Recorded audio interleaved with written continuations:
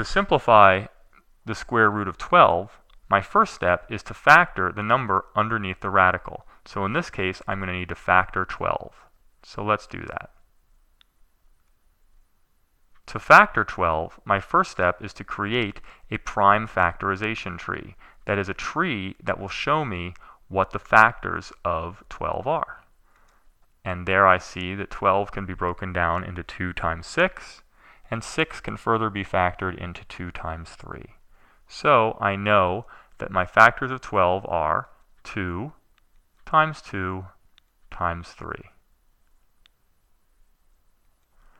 My next step, now that I have those factors, is to rewrite my original expression using those factors. So I can say that the square root of 12 is equal to the square root of the product of its factors.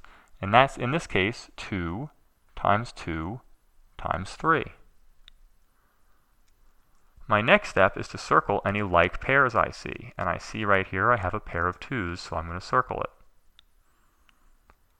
My next step is to cross out the pairs and move them outside the radical. So there's my expression. I'm going to cross out the 2's and move that 2 outside the radical.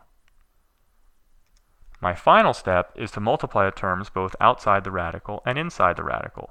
But for this example, I have to do neither of those things, because outside the radical, I just have a 2. There's nothing for me to multiply it by. Inside the radical, I just have a 3. Again, there's nothing for me to multiply it by since that pair of 2's has already been crossed out. So my final answer is simply 2 radical 3, or 2 times the square root of 3. And there's no way for me to simplify that any further.